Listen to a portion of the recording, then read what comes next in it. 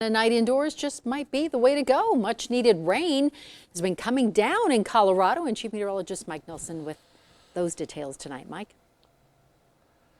You know, it's been dry when we're smiling on a weekend that it's going to be raining over the next 48 hours, but we need the moisture so badly. This evening, scattered thunderstorms and mild temperatures will be in the mid-70s at 7 o'clock and cool to the upper 60s by 11 p.m. We still hit the 90s today. The official high was at 92. That's the 9th straight day in the 90s. The average high is at 90. Our low this morning was 66. And right now, we're at 75 downtown and 76 at the airport. The pressure is on the rise. Winds are out of the north at 13. So here's the big map. Tropical moisture is coming our way from the south, and that is great news. That's the summer monsoon kicking in.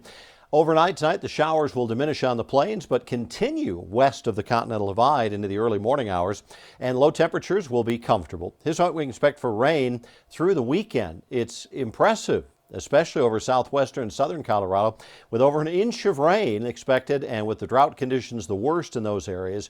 We'll take that for sure. So 62 tonight in Denver, Fort Collins, 60 in Greeley.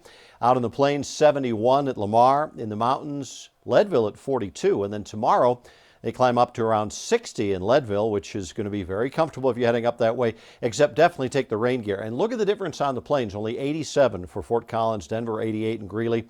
Still in the high 90s at Lamar and Ray. Along the Front Range tomorrow, 50s and 60s to start. We'll start with the morning showers, partly cloudy on the plains as the day goes on. Storms develop by midday.